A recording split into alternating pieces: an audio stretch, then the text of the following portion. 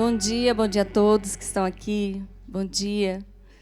É uma alegria estar aqui, né? Matando a saudade um pouquinho dessa turma, né? Do Manhã Viva, os cinegrafistas que trabalhavam comigo todos os dias, né?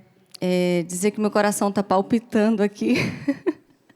O Peter, quando me chamou, eu disse para ele que eu estava rezando muito nesse tempo, e eu vou explicar, né, o que eu tenho vivido nesse tempo.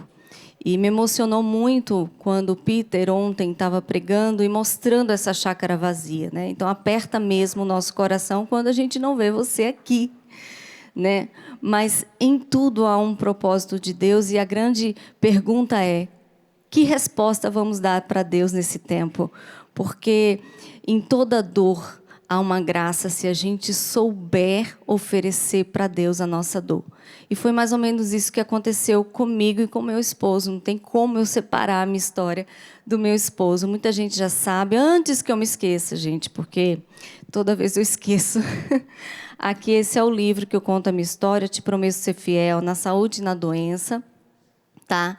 Esse livro está em todas as plataformas digitais. Você pode digitar na internet e ele vai aparecer lá, tá? Tá bem fácil de você conseguir, tá com um preço bem acessível, e aqui eu conto toda a minha história. A palavra que eu senti de a gente começar a fazer essa partilha, que não vai ser demorada, vai ser rápida, porque depois tudo isso a gente vai colocar em oração. Tá em Sabedoria 14, de 3 a 4. Se você está com a Bíblia aí, fácil, porque quando a gente reza nessa maratona reverse, né? Com certeza você está preparada aí com a palavra. Se você não tiver, não tem problema. Mas é uma palavra que me acompanhou durante toda a minha vida, né? Em Deus, com Deus. Sabedoria 14, 3, 4. Mas é tua providência, ó Pai, que segura o leme, porque até no mar abristes caminho e uma rota seguríssima entre as ondas. Assim mostras que és poderoso para salvar de tudo, mesmo se alguém se meta no mar sem perícia. Aqui não diz que ele é poderoso para salvar só de algumas coisas, mas que ele é poderoso para salvar de tudo. E aqui não diz que é para salvar alguém que se meta no mar sabendo navegar, mas que salve todos, até alguém que não tenha perícia. Imagina alguém entrando no mar, né, aberto, sem nenhuma perícia. Isso pode ser, com certeza, identificado por nós num momento como esse de pandemia, né? A gente não esperava nada disso. Mas o Senhor salva, mesmo se alguém se meta no mar sem perícia. Então, com Deus tudo é possível. E eu quero dizer que o que aconteceu comigo, né, eu fui colocando tudo na luz do Senhor. Quando eu me casei em 2010, né, com meu digníssimo Marcos, e inclusive no card do PHN colocaram Renata Marabá, porque o Marcos aqui na comunidade é chamado de Marabá, então colocaram meu sobrenome Marabá. Então é isso mesmo, a gente quando casa, né, mas eu sou Renata Vasconcelos Leal. E quando eu casei com ele, como todo casal, né, a gente tinha muitos sonhos, né? Normal, isso é maravilhoso. E como eu estou falando para jovens aqui, você deve estar cheio de sonhos, e sonhe mesmo, tenha projetos mesmo. E nós tínhamos muitos sonhos, e no primeiro ano a gente estava certo, né? Nós vamos engravidar, eu era muito saudável, né? E quando, inclusive, a gente fez 10 anos de casado, e eu olhei o vídeo de casamento, eu falei, meu Deus, a gente saiu, né, com aquela felicidade toda, e a gente não imaginava o que ia acontecer conosco em apenas um ano de casamento depois daquilo. E aí começou a nossa jornada, né? A nossa jornada de purificação, de sofrimento. Mas quando eu vou narrar aqui a minha história, e eu não estou dizendo com isso que a minha história é a mais difícil que a sua, mas o que eu quero dizer é que com a minha partilha ilumine a tua, que com a minha partilha você olhe a sua vida, que com a minha partilha eu te convido a você olhar na sua história e de alguma forma você vê a mão de Deus, tá certo? Então, naquele primeiro ano, eu já fui acometida de muitas dores, que foi a endometriose, e aí começou um tratamento seríssimo e muito profundo da endometriose. Independente de a gente querer engravidar ou não, eu precisava fazer aquelas cirurgias por causa da qualidade de vida. Então, eu passei por uma série de cirurgias muito sérias, inclusive tirando pedaço do intestino e tudo. E aí eu tive o risco de vida porque eu tive uma complicação no pós-cirúrgico. Então, eu quase morri no pós-cirúrgico, né? Eu peguei um problema lá sério. E ali, naquele momento, eu pensei, nossa, meu primeiro ano de casamento está bem difícil, né? E passamos por essa fase, né? E logo depois começou um processo que o médico perguntou, e aí, vocês vão começar um tratamento de gravidez? Nós começamos um tratamento de gravidez. É bem doloroso para quem sabe, né, o tratamento de gravidez. E eu não estou falando aqui de fertilização in vitro, eu não posso entrar nesse assunto porque é muito longo, né? Mas eu estou falando de tratamento de gravidez, né, permitido pelo magistério da igreja, que é estimulação ovariana, enfim. Então, eu tomava mais ou menos 30 injeções, né, por semana. Então, era um tratamento, além de caro, muito doloroso. Então, a gente passou por esse tratamento durante 1 ano e meio, né? Nós tivemos alguns abortos espontâneos, a gravidez não evoluía.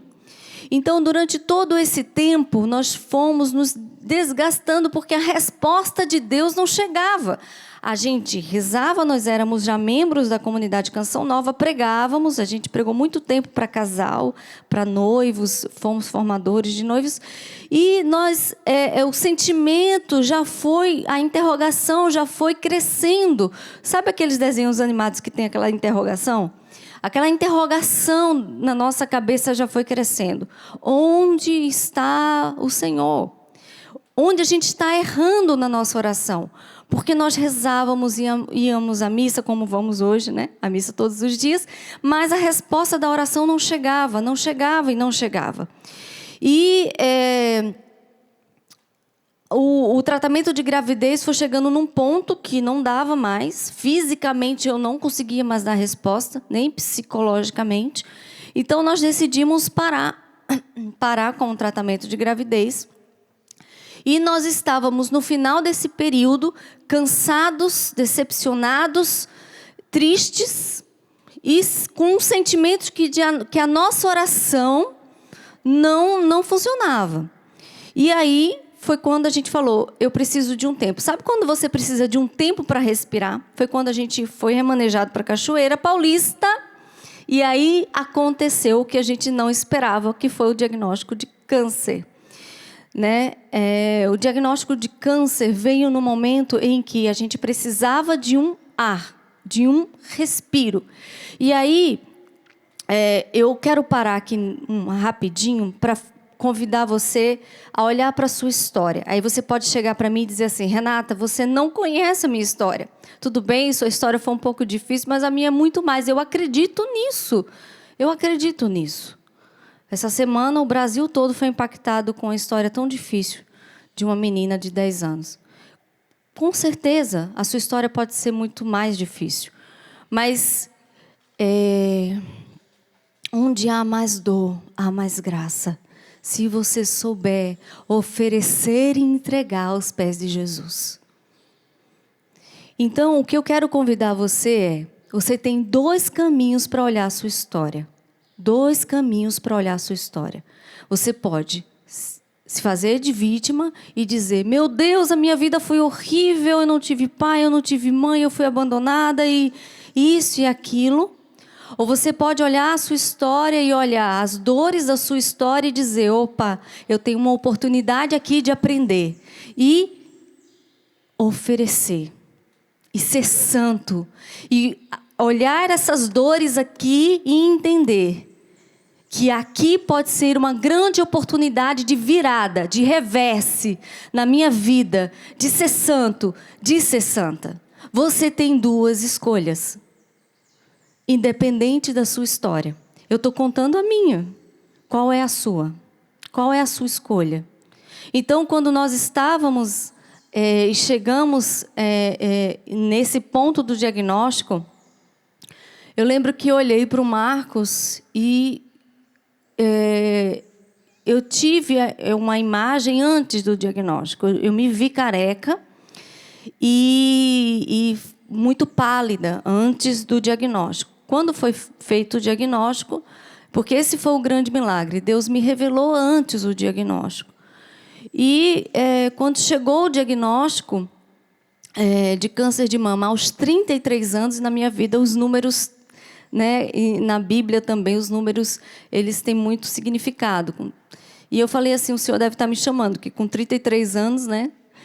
E eu lembro que o Marcos, eu abracei o Marcos, e o Marcos conta isso no testemunho dele, que ouviu uma voz dizendo assim, porque ele perguntou, Senhor, mas por que ela e por que não eu? E aí o Senhor falou no ouvido dele, é para a sua conversão. Eu estou contando aqui a experiência dele, porque ele não está aqui. E nós começamos a fazer uma jornada com Deus. Mas o nosso sentimento era de que Deus tinha nos esquecido. E aí, qual foi o nosso revés? Qual foi a hora que a gente virou? Foi quando nós fomos para São Paulo, nós oramos no Espírito daqui até lá, porque eu não tinha o que falar. Eu não tinha força. Gente, meu cabelo estava maior do que aqui. Eu falei, eu primeira mulher, né? Falei, meu cabelo vai cair. Eu estava recém-casada. Eu não tinha engravidado. Eu falei, meu Deus, o meu casamento. E eu falei, Jesus, me dá força. Eu só orava no Espírito quando a gente chegou em São Paulo. No nascer do sol, o Marcos falou, amor, abre a palavra. E abrimos em Miqueias 7, 8. As pessoas depois me perguntam, né, a passagem, então vou repetir. Miqueias 7, 8. Liturgia da esperança. Não cante vitória inimigo, porque quando eu caio eu me levanto, o Senhor é minha luz. Aí o Marcos falou, amor, repete. Não cante vitória inimigo, porque quando eu caio, eu me levanto, o Senhor é minha luz. Então, meus irmãos, a partir dali foi a nossa jaculatória e nós rezamos aquilo o tempo todo e nos libertou. Eu passei pela químio, rádio, recept, todo o processo. Mas aquela palavra me libertou do sentimento de que eu não era filha. Me libertou do sentimento do vitimismo. Me libertou do sentimento de pegar minhas dores e dizer, coitadinha de mim, a bênção é só para o outro. Me libertou do sentimento de não ser grata. Era muito mais nocivo do que o próprio câncer, porque não é o câncer, mas é o que eu podia deixar o câncer fazer comigo. Não é o seu pai, é o que você está deixando a história do seu pai fazer com você. Não é a sua mãe, é o que você deixa a história da sua mãe fazer com você. Então, levante e diga, não cante vitória inimigo, porque quando eu caio eu me levanto, o Senhor é minha luz. Sim, tem pandemia, tem coronavírus, sim, não cante vitória inimigo, porque quando eu caio, eu me levanto, o Senhor é minha luz. O jovem gosta de verdade, de sim ou não. Eu sei que você não é meio termo. E hoje, como eu estou, hoje, em janeiro desse ano, eu descobri um nódulo. E depois de 7 anos, e aí voltam os números na minha vida, os símbolos dos números, um nódulo que nos pegou muito de surpresa, porque eu estou muito bem mesmo fisicamente, eu faço exercício físico, me sinto super disposta, estou muito bem. Mas em janeiro eu descobri um nódulo. E aí, vamos lá, né? Não foi a primeira vez que apareceu um nódulo, mas sempre dava benigno. Apareceu um nódulo num exame um exame que não era de rotina. Foi um exame fora do exame de rotina. E aí esse nódulo nos pegou de surpresa e começamos a fazer vários exames. E para nossa outra surpresa, ele não pode ser operado por causa da localização dele. E os exames de imagem mostram a grande probabilidade dele ser benigno, mas os médicos não conseguem chegar para mim e dizer, Renata, é 100% benigno. Então, quando o Peter me chamou, eu partilhei com ele essa experiência que eu tenho vivido. E a questão é, eu vou viver um tempo, né, de acompanhamento. E qual é o convite? Eu rezando para esse momento aqui, que é breve, que já está terminando, era um sentimento assim. Eu tenho um PHN gravado aqui no meu peito. Eu tenho essa experiência real que me lembra todos os dias quando eu acordo. Quanto tempo eu tenho, eu não sei. Mas esse nódulo que eu tenho, me faz lembrar todos os dias. Eu não quero pecar. Cadê o PHN? Eu não quero pecar. Eu não quero pecar. Eu tenho o PHN gravado no meu peito. Eu tenho essa graça. Eu posso dizer que é graça sem ironia, sem demagogia. Por quê? Porque quando eu acordo, eu digo, nossa, eu ainda não tenho certeza do que é. Eu não posso brincar com a minha vida. Eu não posso negligenciar esse dia que Deus me deu. Eu não posso perder os segundos desse dia para pecar, porque eu não sei. Eu não tenho como operar, não tenho como tirar, então eu não sei, não se fecha os 100%. A pedagogia de Deus comigo foi essa, e está sendo essa. Quanto tempo eu vou acompanhar? Quanto tempo? Daqui a quanto tempo os médicos vão dizer para mim, Renata, 100% relaxa, não é nada? Não sei também. Agora você pode dizer, mas eu não tenho isso. Mas você tem um batismo que também gravou na sua alma.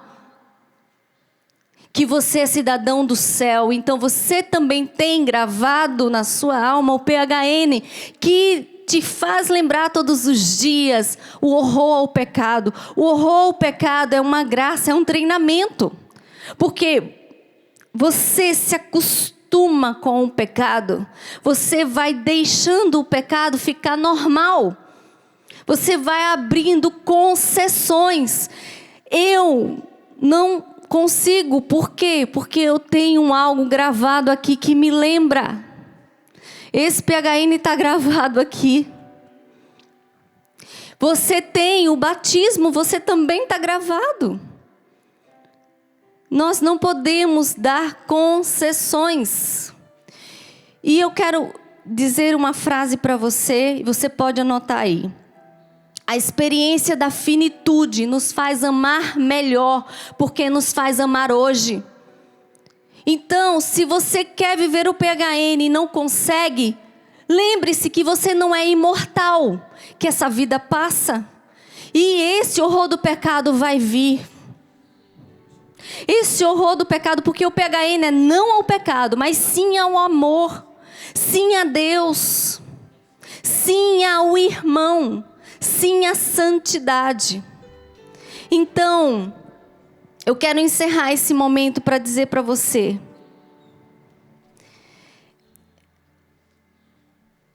Ame hoje, porque nós não sabemos quanto tempo nós temos. Eu estou aqui, feliz da vida por essa oportunidade de partilhar com você. Estou vivendo o meu dia a dia, dia após dia. Vivendo o tempo que Deus me dá, com alegria, e durmo a noite toda. Eu não estou preocupada, nem tensa, nem ansiosa, porque a minha vida está nas mãos de Deus, a sua vida está nas mãos de Deus, porque é a tua providência, ó Pai, que segura o leme. E o Senhor salva de tudo, mesmo que alguém se meta no mar, um mar agitado, um mar revolto, sem perícia. Nós somos pessoas sem perícia. E tem muita filosofia aí dizendo que pelo pensamento, pela sua própria força, você vai conseguir. Pense, você consegue. Desculpa, sem Jesus, sem a graça e sem o Espírito Santo, somos sem perícia. Eu sou sem perícia. Eu preciso da graça de Deus, porque sem Jesus, num mar aberto que é a vida, somos sem perícia. É a graça que nos faz ser guiados por Deus e ter horror ao pecado. Todos os dias, todos os dias, todos os dias. a cada dia. E é por isso que neste momento nós vamos rezar. Eu quero louvar a Deus pela história da Renata. A gente vai ficar, vem aqui mais um pouquinho, Renata, a gente vai ficar perto de Jesus. E a gente, nesse momento aqui, enquanto a gente prepara, o próximo momento agora é a adoração. E eu quero partilhar com você que quando eu chamei a Renata, na verdade nós tínhamos intuído isso no coração, que era você o tempo inteiro. Eu ouvi você falando da questão do card, tudo corrido, mudando de última hora, o nome vai, né? O nome de cidade, no nome de uma pessoa. Mas eu estava ouvindo você no carro agora. Fiquei muito emocionado com essa história. Porque a Renata, você pode perceber que nós estamos falando de uma jovem mulher. O Marcos, um jovem também, uma família jovem, e com uma história, sim, de luta, mas ao mesmo tempo uma história tão linda. E o PHN, no programa PHN, nós trazemos muitos testemunhos. Isso para dizer que a evangelização da Canção Nova acontece com a vida, é o evangelho vivo e vivido. Nós quisemos trazer para você essa história e a Renata foi super solícita de vir. E eu louvo a Deus pela sua prontidão. Inclusive, enquanto nós conversávamos no telefone, algo que me emocionou muito, eu também partilhei na minha casa. Quando a Renata falou assim, aliás, eu disse para ela, Renata, eu não sei se você pode ir lá e tal, vir aqui na Canção Nova e tal. Ela, Peter, vamos seguir os protocolos, tudo direitinho, mas eu vou sim, porque a minha história, com certeza, vai construir e consolar alguém. Então, minha irmã, eu louvo a Deus pela sua vida. A gente mora perto, poucas vezes a gente se fala por causa da correria dos nossos trabalhos, mas você e o Marcos são pessoas maravilhosas, um casal lindo, que a gente olha e vê Deus presente no meio de vocês. A família de vocês reflete Deus. Deus lhe pague não só por esse momento que você partilhou essa história tão linda, tão rica para nós. Deus lhe pague por tudo que você tem feito por Deus nessa terra. Tudo aquilo que vocês têm feito na Canção Nova. Sempre trabalhando, sempre acreditando que Deus é a nossa providência. Deus lhe pague demais. Eu não tenho palavras para expressar o que foi esse momento seu aqui, porque eu sei um pouquinho da história de vocês. Por isso eu sei que não é fácil vir falar de coisas tão íntimas, mas você decidiu vir porque tem gente precisando ouvir histórias reais. Tem gente por aí precisando ter histórias reais. A gente está inserido no mundo de fake news.